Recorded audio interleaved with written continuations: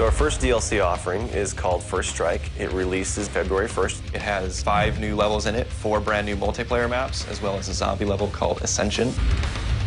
Kowloon is inspired by the single-player campaign level that was also set in Kowloon City, China, but the actual design and the layout and the geometry in the map is built from the ground up for MP. Kowloon is the only map that has zip lines, which will allow players to quickly get from point A to point B. The trade-off to that is that you're completely exposed while you're on the zip line. You can't use your weapon. It's going to get you to your location much faster, but there's also the risk that you're going to get shot.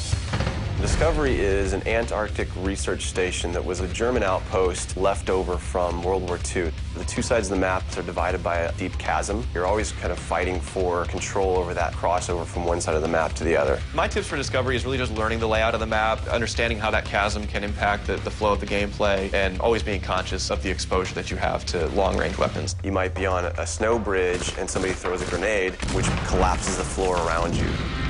Our large map is Berlin Wall. This focuses on the Checkpoint Charlie area of Berlin. It puts you fighting on the two different sides of the wall. So you've got East Berlin versus West Berlin kind of thing going. Berlin Wall has certain attributes about it that if you use it right, you're going to have the competitive edge over your opponents. It has a lot of very long view distances. It's a really great map for snipers. There's some good high points, some good elevation there. And one of the unique aspects about Berlin Wall is that there's the no man's land in the middle. You can take the risk of going through no man's land to get a faster route, but there's a good chance you're going to get mowed down by the auto turrets.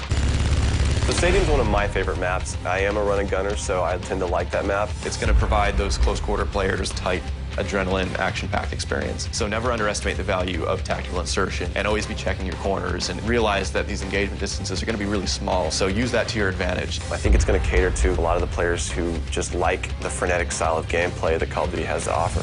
One of the big agendas with this map pack is we wanted to listen to the feedback that people have been giving about all the maps they've been playing with the release of the game. They want more verticality, more sniper opportunities. They really love the interactivity that we did. These are components that we wanted to bring back in a pretty big way in the first DLC offering. First Strike is going to be available February 1st for 1,200 Microsoft points, and it'll be available on Xbox 360 first.